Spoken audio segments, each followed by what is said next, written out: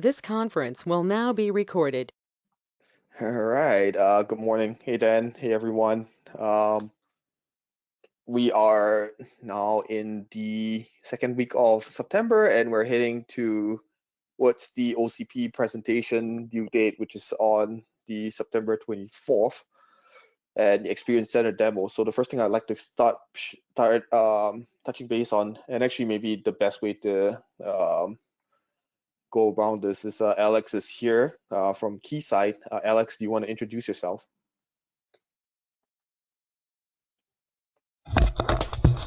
Yeah, can everyone hear me? Absolutely. Oh, great, great. This is Alex. I'm from Keysight and the OpenTap team, where my work is trying to help people to using OpenTap, both inside our company and outside the company. So yeah, that's it. Thank you. Welcome to the team. Yeah, So this team is focused on currently we're working on the presentation and the Experience Center demos that will be ready for the summit on the 9th and 10th of November. So Alex will be joining us at the booth, I believe, or preparing the OpenTab presentation for the booth on the implementation. That's it. Anyone have any questions at this point regarding OpenTab or um, Keysight stuff? Cool. I just need to talk again a little bit about the output specs. So let me know if that it could be the moment or at the end of the meeting. Let's get started with the OCP Summit stuff first. I want to get some of the administrative stuff for that out of the way, especially since we're about 3 weeks out to having to submit our draft presentations, right? And I wanted to check from Facebook side and Google, are we on track?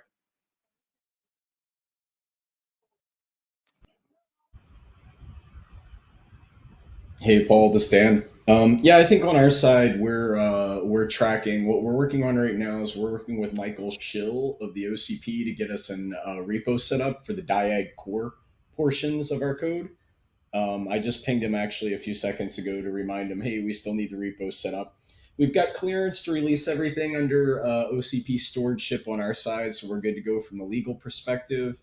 Nice. Kevin, I don't think is with us today, but he's got everything compiling and working as intended now as well. So I think we're pretty much good to go on our side. We're just waiting for Michael. I think Rajiv is the right person to reach out for that, to be honest. And we actually have a test and validation repo. If you want, do you think that would be the correct place to put it into? I think we probably are going to want several repos. Actually, I was thinking we probably would have one for the core and then one for, potentially each diag. I don't know exactly how that will work yet, but I was kind of concerned if we had like one big repo that was like for sort of a free for all, it would be difficult to like download, build it, right? We want to make sure that there's a really good developer workflow around it so you can kind of get started quickly. Um, Regarding the papers, I think we're ready to submit ours. I've got the outline of it created. There's a few administrative things, like we need to wait for a track logo and things like that to meet all the OCP standards. But I think we should be okay as well for the initial submission dates for the review before the final acceptance. Cool. By the way, did you guys settle on the name for Melten before I put this down in the notes? Yeah, I'm sorry, Paul, I didn't quite hear that. Did you guys settle on a rebranding for Melten? Because I remember that you were just gonna rename it something else. Yeah, I mean, we can't call it Melton. I was gonna call it, just OCP diagnostic framework or something like that. That's what I was thinking, but that's probably more of a team discussion. We should all debate what we want to call it.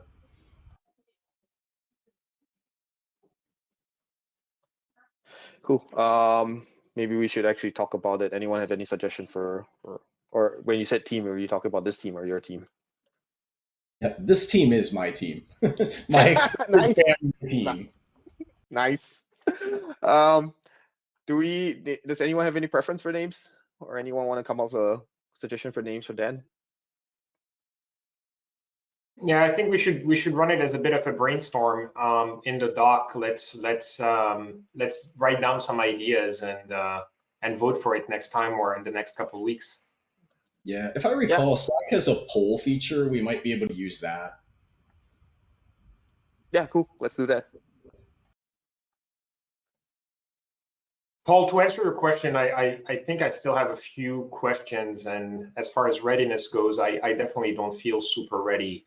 So just to be on the same page, we've got the Experience Center track, right, which is going to be this day-long experience that does not involve any paper submission, but involves potentially a pre-recorded demo and potentially some swag of some kind that we want to distribute and some branding, right? So then there's the track, the panel track and the talks, which you and Dan are primarily driving. And that involves sort of giving these 1 hour session in the morning and one in the afternoon, if I'm not mistaken. Is this sort of currently the body of commitment we've made to OCP, or is there more to it? That is correct. Okay, perfect. So I think, yeah, there's quite a bit I think to still do in terms of those pre-recordings and even things like the branding of the logos and the swag or whatever we come up to that on the Facebook side. I don't think we're ready. I don't know if anybody's yet put in some thought into the pre-recording, something for each of us that may be doing a recording. We should sync up on that and maybe float those inside the inside our meeting notes as you know, targeting maybe the end of this month. That sounds good. Rajiv, you're on the call, right? And I don't recall, for the submission on the 24th, do we actually have to have the recordings done? I don't think until we have to have it done until October sometime, right? If I remember correctly. Yes, that's correct. I mean, September 24th is pretty much for the nature of the demos that you guys want to showcase in Experience Center, so that we can have a lock on the logistics of it, what it takes, what are the space requirements, what are the power requirements, how many systems, tables, and whatnot. And then I think by October 11th, I think we need to start working on the recorded videos as well. I still need to check with Kelly from FNTech in terms of what that hard deadline is, but September 24th is not that deadline, so we still have some time. Yeah, I think for the paper guys like Dan and myself, and we'll have to submit the drafts of our paper by then in general. So that was the only real hard request at this point, if I remember correctly. Alrighty.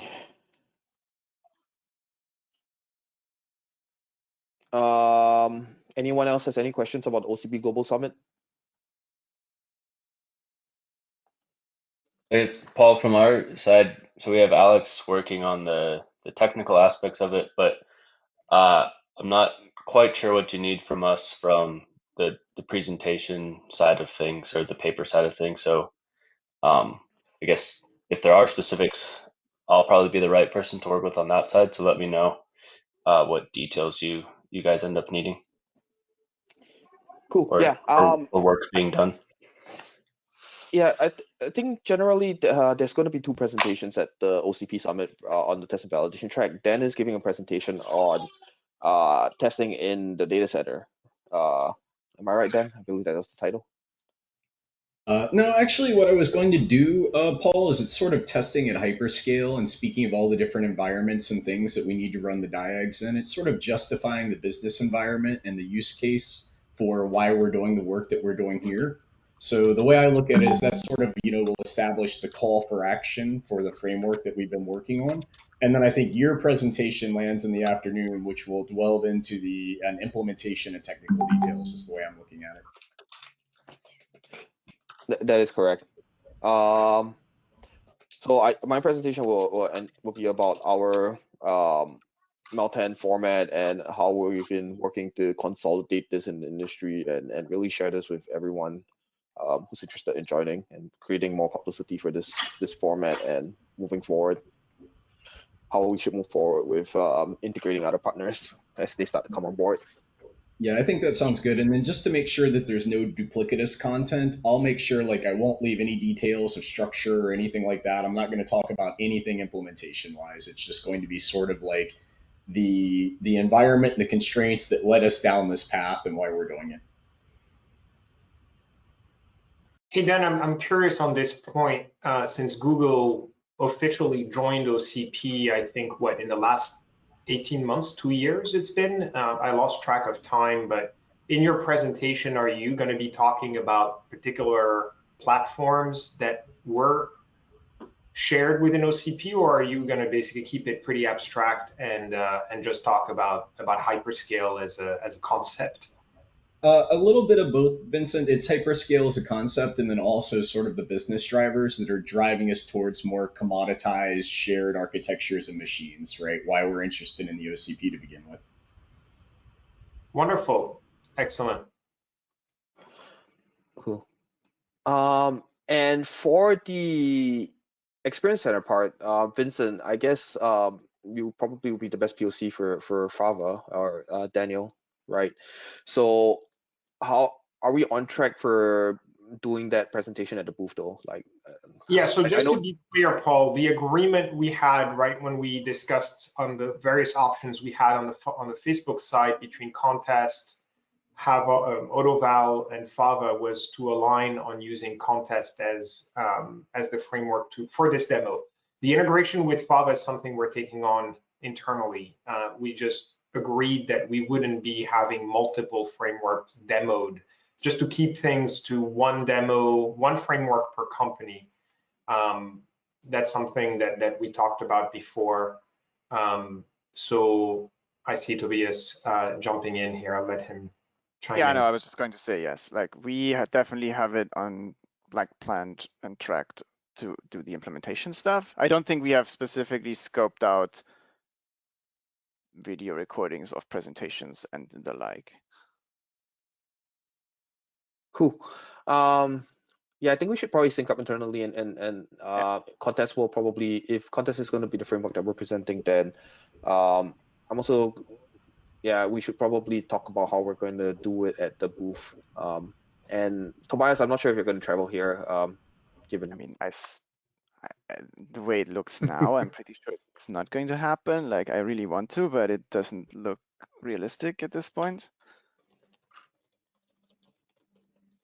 Yeah, I have one quick question actually on that. If you could refresh my memory, Contest is open right now, but Fava is not. Is that correct? Okay, thank you. That's right. Cool. Alrighty. So question to Tobias then, if Fava is not open, I know it's been about 3 years and I was in the Facebook office just to discuss about Fava.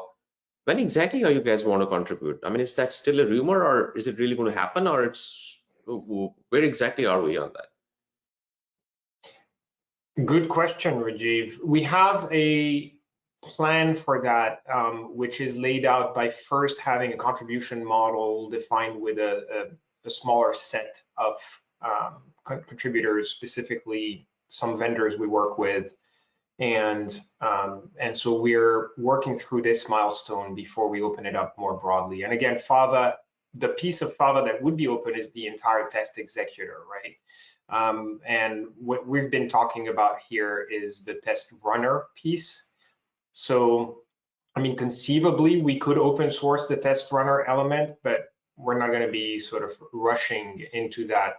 There's not necessarily a ton of value in doing that as opposed to open sourcing the entire framework. So, the when is a moving target that is gated by the contribution model being defined with those vendors. I can give you more details if you're interested, and definitely can take this into a separate meeting if folks want to discuss this piece more. But for the purpose of the OCP Summit, I think we've aligned on using Contest. So certainly, I mean, if you could set up another call, I would like to, further discuss it on that. Secondly, I'm glad that you mentioned about test runner. And again, when we talk about contributions, it doesn't have to be 100% contribution. You can think of more of getting the foot into the door and just contribute some part of that. It doesn't have to be the whole thing. And to the community, we can tell that, hey, this is the first draft of the contribution, and the rest will follow. But this will build up confidence where people, the community will think, okay, we have something in pipeline, because the first phase of contribution has already been started. So having said that, I mean, even if you guys plan to contribute 1/2 of test runner, that is also acceptable. But but then that will also give you guys a chance to showcase any of the Flower content in Experience Center. You just tell the folks that, hey, by the way, this has been open, this hasn't been yet, but we have a plan, and we will share it in the next few months to come. I think that can be one of the strategies that Vincent, you and the team can think of. Yep, that's a good point, Rajiv. I think it's very much aligned with the way we're scoping our support model for an open source rollout. We also want to stand by a high quality and good user experience, so we don't want to just drop something into the open source repo as a checkmark item. We want to stand by it and be able to support the pull requests and the contributions from others. So that's really top of mind. I wanted to add one quick thing maybe on the test runner piece, because I understand and perfectly agree that we at Facebook have agreed on using Contest for the OCP demo. At the same time, if I understand correctly, Contest is not really a test runner, right? I mean, it does not include the part of that actually runs the test. So we have a few different ones at Facebook. The Fava test runner. We have Autoval that we're also considering open sourcing. I don't think that's necessarily going to happen at this OCP summit, or I know it's not going to happen there, but I still think there are options there in the future for us to look at that. But maybe just to clarify that question, so Tobias, maybe to you, for Contest, the part that is going to be presented at OCP is probably not going to be a test run. It's more about the reading the output of the test run. Is that right? Yeah, I'm not entirely sure what your definition of test runner is. So what I think that we will show is Contest as the server, and then we'll show there's a device under test, which is I think the OCP machine, the Yosemite V3 machine I think that we have, and then we'll show you can go to Contest and say, hey, run this test, and it will go SSH in, or some kind of connection, it's probably SSH, run one of these tests and interpret the output format and ideally show that in some useful way. Yeah, no, I think that makes perfect sense. So I think what I meant with a test runner, and maybe we need to kind of agree on the terms there, is the actual part that you mentioned runs the test. So pretty much the binary or whatever it is that actually executes the test. We will do the thing to SSH in and execute the binary. We will not do the binary itself, because that's the DIAG, right? That is outside. Does that answer the question? We do the running as in executing the binary. Yeah, that's right. I think there's a little bit of an overloaded term between DIAG and test runner, but no, I think it answers the question. Yes, thank you. Yeah, this actually leads to a bunch of thoughts on my side. I think that the term runner, executive, and DIAG's pretty straightforward, but a runner and executive have been kind of used interchangeably or kind of loosely here. We don't really have a clear definition on what they are, right? In each of our cases. So to be clear, like the test runner is the wrapper to an executable, and it may do a variety of things. It could intercept, IO streams. It could format things in a certain way. It actually traps signals. It may, it is basically the parent process to whatever DIAG or executable is going to be launched. And usually it does a handful of nifty things that give the test or the diagnostics some shape and structure. But one thing I did want to highlight to Rajiv's point, because I think it is a very, very important point. It takes us back to some of the earlier meetings where we discussed this at length, and really the what we're really putting forward at OCP Summit is this spec, right? And it's actually to say, look, this spec is a format that we've discussed, we've reviewed, and is a way that we agree a diagnostics is going to format its output in, so that anybody who's writing a test executive can actually ingest and handle diagnostics this way. Our long-term vision is a repo of diagnostics, right? And so in some sense, the demos are really meant to say, and this is how, there are some examples of how we can integrate this and how these different companies have done it. That's really the message. It's not so much to come out and say, you know, Facebook has Fava.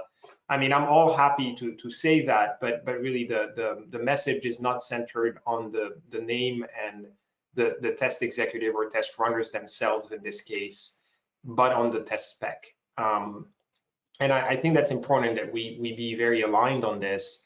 And obviously, any derivative value that any one of our companies can derive is, well, it's all bonus, and I agree, but that's the core message. Absolutely, agree. absolutely. Like, I think we've. Tobias, go ahead first. No, like I was just going to summarize this like in slightly different words. Like that was my understanding, that the cool thing about this demo is that you have like one diag or maybe multiple, but it's the exact same diag that is then run by different backends and different things. And then you can say, hey, look here, this spec is useful because if you have one diag, you can have it at the vendor and in your own thing and give it to other people as well. Yeah, I completely agree. You know, just to reiterate again, you know, we've never actually. I think the first thing that this team all agreed on was that we're not going to consolidate on the executive layer. There's too much lift there, so it's just really hard to do that. And everyone in this room who's been in this industry long enough, and most of all of you have, you're gonna agree with me when we you know, everyone agreed with me when we talked about this at the start that, you know, there is very little benefit to reinventing the wheel when it comes to executive, unless you're an incumbent company that, you know, has no executive, right? And that presents opportunities for you to pick up either one of the frameworks that is open source at that point. So yeah, Vincent, just to reiterate again, like, yes, our focus is not on the executive layer. We are looking purely on the diagnostic layer and the test runner, right? So with that, I think that should be clear now, that our focus is really not going to be on the executive layer, Rajiv, and anything that should be launched can be launched in tandem, but that's not going to be the main focus for the presentation, right? Sure, I'm fine with that. Cool. I guess the next topic we have is Giovanni, you wanted to talk about the inputs and outputs again? Some more? It's essentially related to what we were talking before. So we created some specs for the output, and those specs are lying there in the GitHub repo. I would like to understand what we would like to do with that, because we didn't work on them, and that is supposed to be the output that we should show during the summit.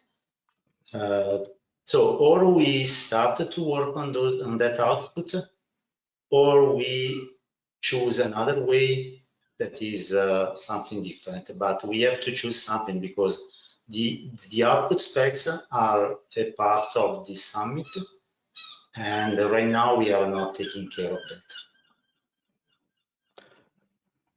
That's an interesting question. Like, what is in what form do we deliver the spec? Like, is it like example code? Because that's what it kind of looks like now, or is it an actual, some kind of formal description? It should be a web paper, for what I remember. Yeah, But yeah. could be wrong.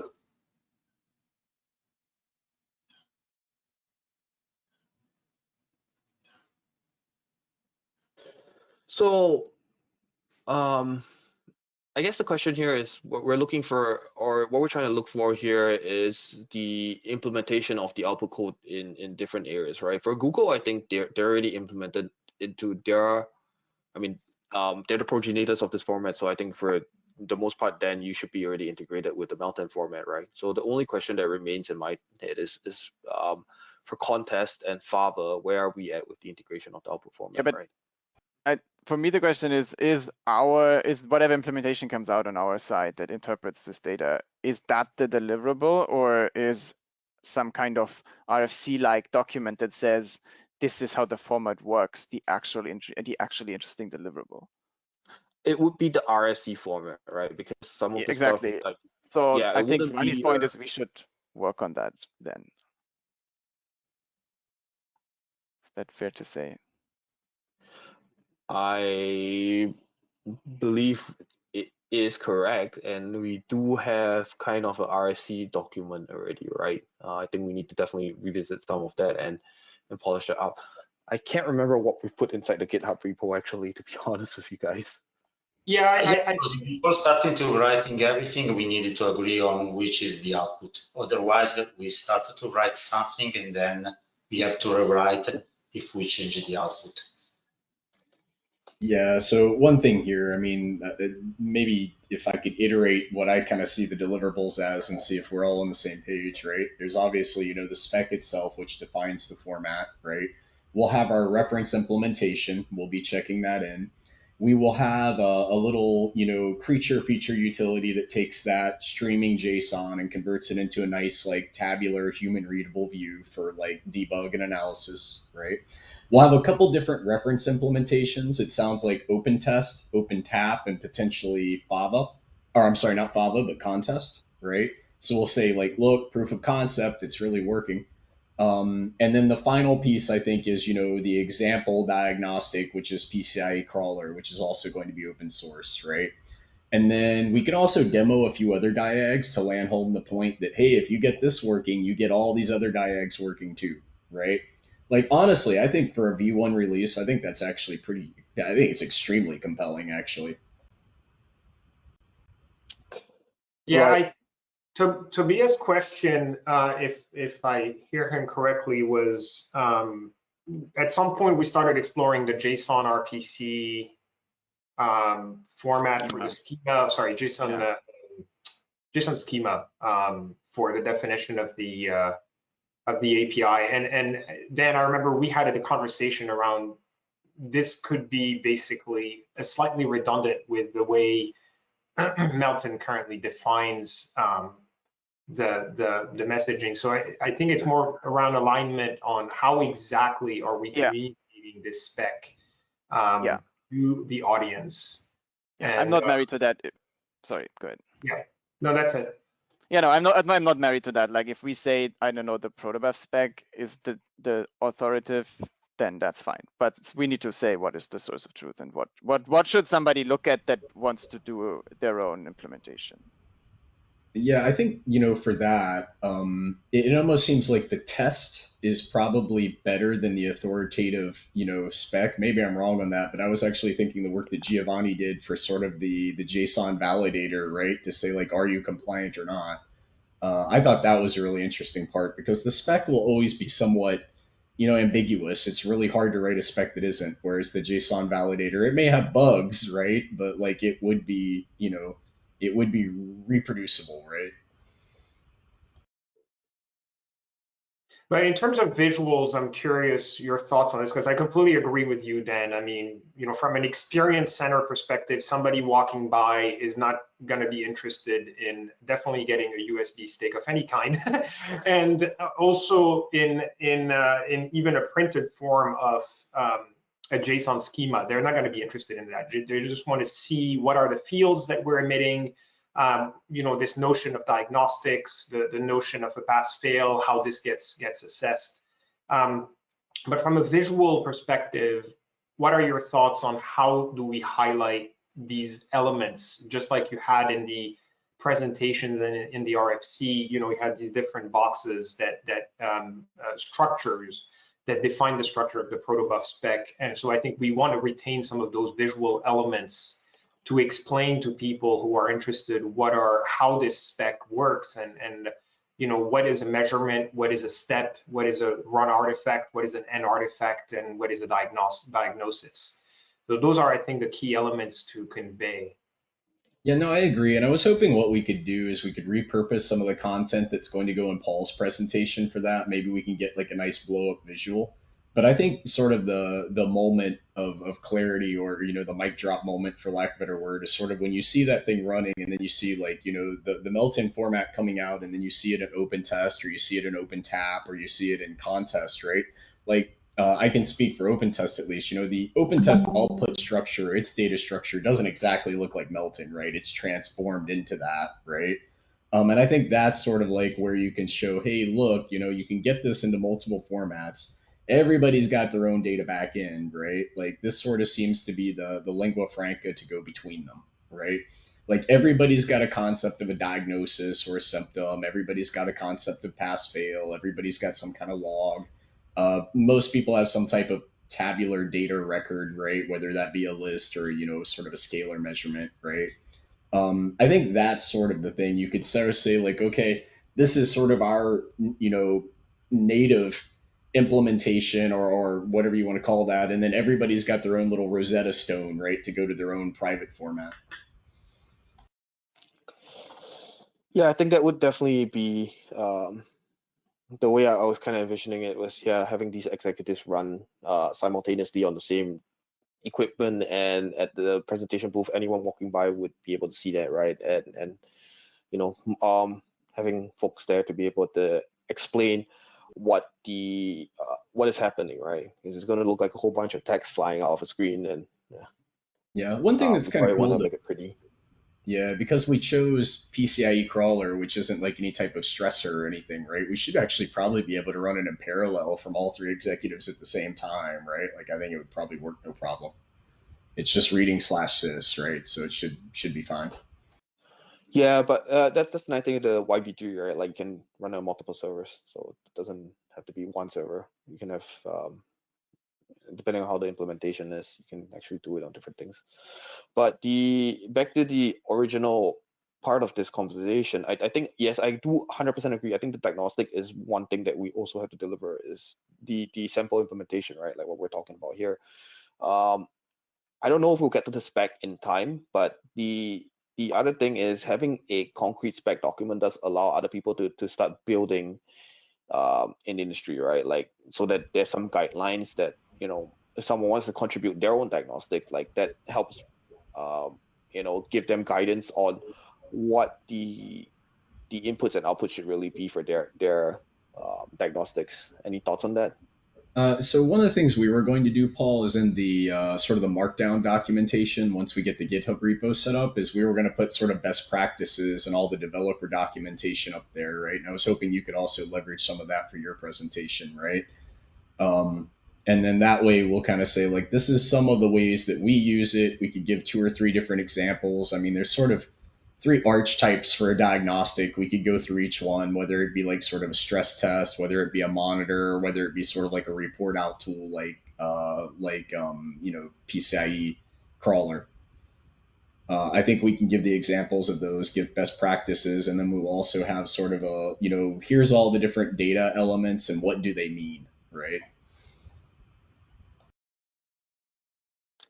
Yeah, I think we should talk about that further a little bit, especially if we're launching this under the guise of OCP. Then we might want to actually put it into like a proper OCP document at the end of the day, right? And have this like basically as a concrete document to say like, this is the guiding principle. This is how we're going to.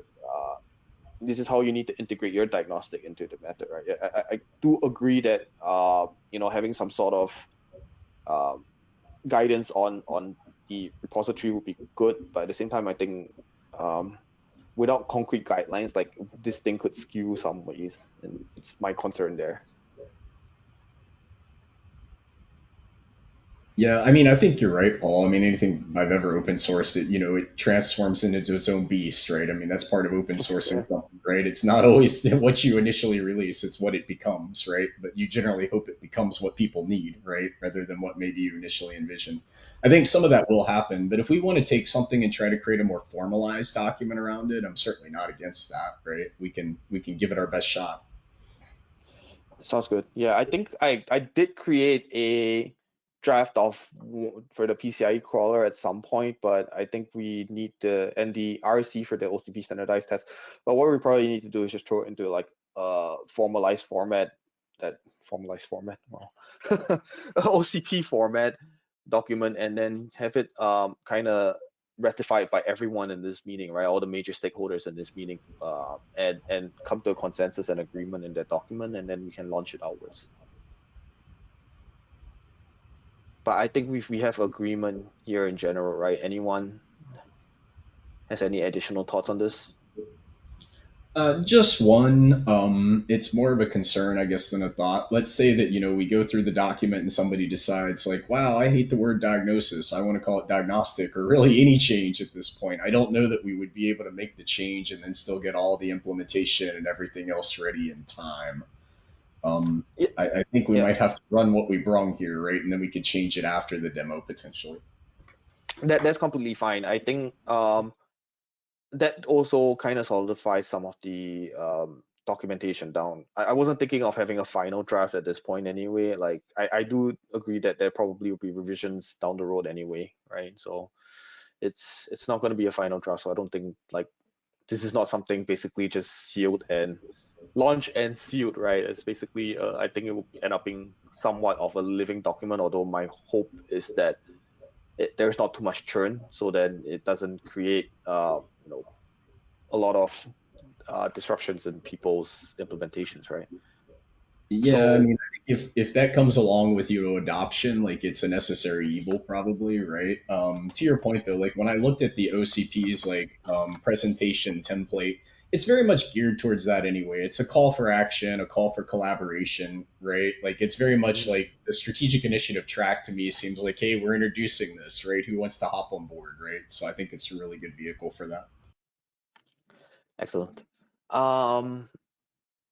Sounds like we have agreement on the deliverables for this project up to this point. Anyone else? So we have the spec. The spec is kind of what I probably will be working on for the most part, and then the implementation of the diagnostic for PCIe crawler, I think, is the main focus for most of the teams here. Did I summarize that Hey, correctly? Yes, Shannon. yeah, one question about the documents. Do we have an example of what the OCP format looks like? Absolutely. Let me send it to you. It's in the G drive. I'm actually not sure if everyone can access that G drive and see the different folders inside it, but I can access a few documents there, but not the whole folder. I need to figure out how to do this. Under the PCIe specification, there's a draft document for it that follows the OCP format. I'll just add you to it, I think. Let me see. Thank you. Paul, this is Daniel. If you could add me to that one also, please. And I had a quick question. I see Yes, sir. I saw that on the RFC we have sample output that's been there for a while for an MLC test, but I don't know if we have anywhere the output for the PCI crawler that had been demoed, I don't know if last week or the week before. I don't remember if it's at any of the presentations. Let me double check and we can get back to you. But I think Yuanlin, did we ever record Yeah, the I think output? it's last week. I think it's last week. I demoed that, but I didn't put the output anywhere yet. Cool. Can we take that presentation and then I'll upload it to the share drive as well? Thanks. And then I'll try and figure out how to. I think I've shared the entire repository with most folks, but I'm not sure how this. Maybe the Google guys can advise me later on how to make this shareable across the entire. The easiest way to do it is to create a Google group and then share the folder with that group. Maybe that might be the best option. Yeah, I'll head down that route. Cool. I also have one errata. Michael got back to us, and he needs everyone because we want to make it a private repo initially till we sort of get everything organized and are ready to release it to the world. He was asking for everyone's GitHub accounts that they would like to use. So maybe if we could compile that list in the meeting notes, then we could get it over to Michael for us. I think we already have that somewhere. Let me take Did it we? out. It's somewhere in the. I collected a bunch of GitHub. For the other GitHub repo. Yeah, we do, and it should be the same list of people. Yeah. So, yeah. Okay, where can I find that? I will ping you right after this meeting when I dig it out. It's somewhere hidden under a bunch of emails. That sounds good. Thanks, Paul. No worries. A quick question on the deliverables. We were talking about summarizing that. I'm still wondering, one of the biggest takeaway for me as an end user walking through this booth, or the takeaway, is this notion of the diags and a repo of diags.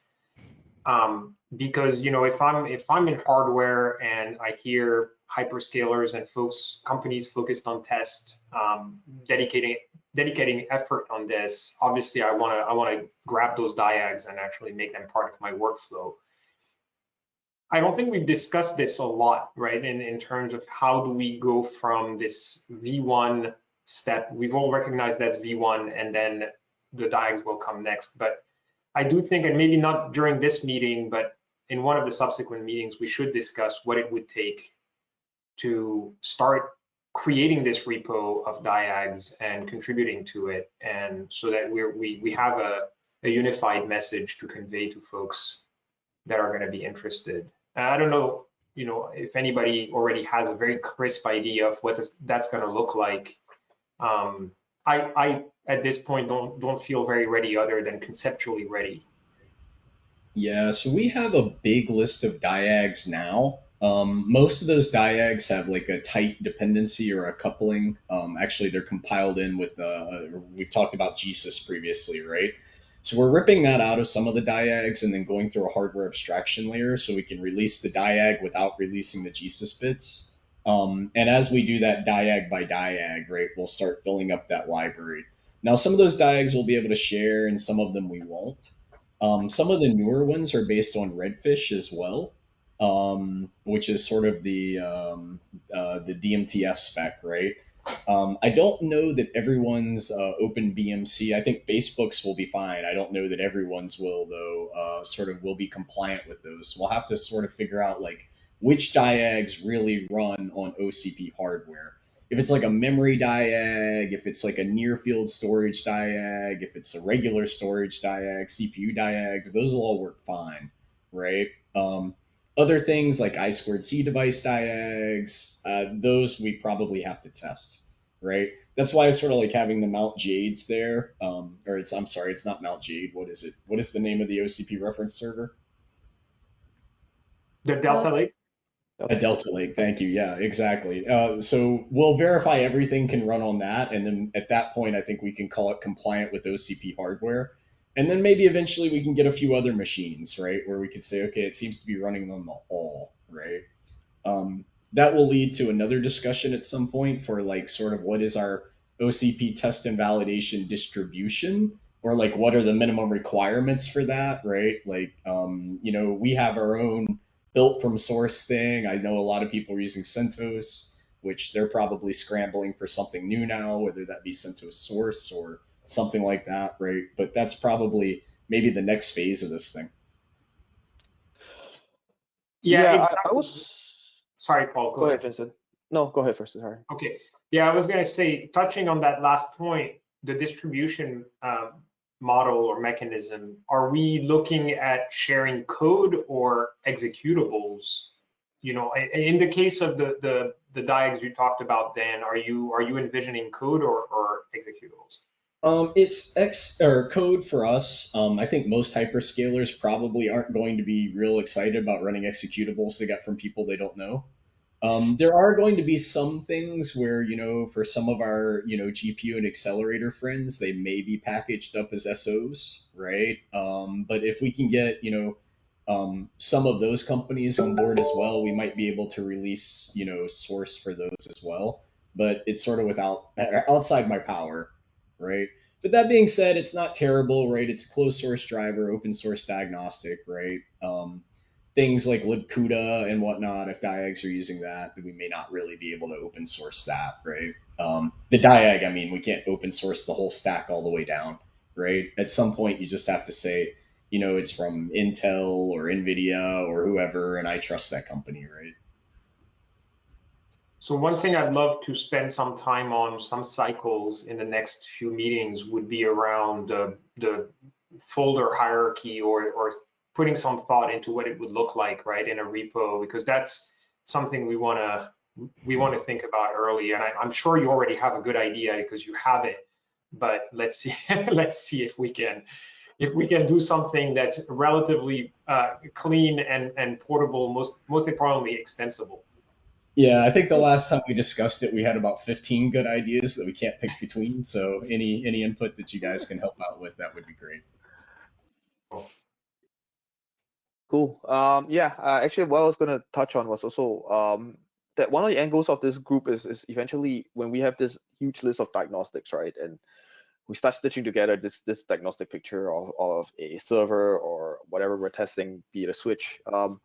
One of the end goals is also to kind of come up with a certification suite that anyone can execute on OCP products and have that stem OCP certified, right? That's something we touched on earlier when we were starting this project. So I wanted to get the team's thoughts around that as well, to kind of think in that direction, right? Like, how do we are we creating a council of people who effectively say that this is the correct way to test an OCP product, right? Or is that something that we leave up to the general public? And how do we reach consensus in that thing? Some interesting thoughts in that direction as well is also eventually we can also create a benchmarking kind of repository where we can people can take their products and benchmarks against anonymously against other things as well, to kind of understand how their performance is, whether it's performing up to spec. And I think, Paul, what you mentioned there, that's sort of the end game for us, or at least for my bosses, right? Like, what we're looking to really do is be able to say, look, if you've run this set of Diags, like, we know that this thing is, Google and OCP ready, right? And then those Diags will kind of break down into three categories: sort of hardware health, right? Performance, as you mentioned, right? And then third would be sort of just compliance checks, right? Like, hey, there's nothing in your BIOS that looks fishy. You don't have any weird UEFI extensions, right? All of those other things, like, we will provide Diags for. And then for sort of that case about how do you test the machine, hopefully that's setting all these Diags, gluing them all together into some type of process plan for your test executive with the right parameters that you want, everything else. And then that says, this is what Facebook wants, this is what Google wants, this is what HP is providing to their customers, right? All of those things, right? Tobias, I see you're unmuted. Did you want to say something? Okay. Sorry. No, it's all right. Yeah, I fully agree. I think in general that's the direction we want to head into. I think at this juncture, once we have the V1 format like almost solidified, it's a jelly stage, I would call it right now, right? We're kind of in between non-Newtonian fluid kind of situation here. But yeah, once we have, since we're kind of hitting in this stage, I think one thing is I've mentioned in the past, like, we probably should engage more with ODMs as well. And it's great that we have HP on the call as well. But the other side, we also do probably want to engage with our ODM partners and see how interested they are in engaging on this model, right? Vincent, and then for the Facebook side, I already kind of started reaching out through Damesh and kind of throwing some ideas in that direction. But Vincent, do you have any thoughts as well? I think it's an excellent point in the sense that and I'd be interested in hearing from HP on this, is what are going to be the incentives for the ODM to contribute, a diagnostic into this this model or this repo. I mean, we're already engaged, obviously, in for our business, but the part about contributing to OCP is something I'd be interested to hear more from the manufacturers themselves. So I don't know if anybody from HP or other sites can comment on that. Yeah, maybe I can say a word or two regarding that, and it depends very much on the cost model and the contracts you have with the service providers, the manufacturers. Depending on the form of those contracts, you may have the service provider, the factory, do up to certain part, right? Somewhere in between what they have in circuit test and level 10, but not the whole thing. What we call functional board test, which is very generic, and they may own that whole part, right? And they may use this immediately as a means of maybe, not wasting cycles. They might have their own, right? So they would have to make a decision in terms of cost, if it makes sense for them to replace what they have at that stage for something like this. Me personally, I see, many uses where our development teams could use some of this code directly into their diagnostics to enhance some of the functionality, or maybe adopt some of the input and output definitions, not have to create something new. So I guess it could be gradual as you expose it. As Dan mentioned before, once you put it out there, then probably it will take the shape of the need, of the demand for it. So short answer is I don't know, but I do see places where you don't need much incentives if you have to create something new in functional board test, which is just the things that come. You put an OS for the first time on that bare board.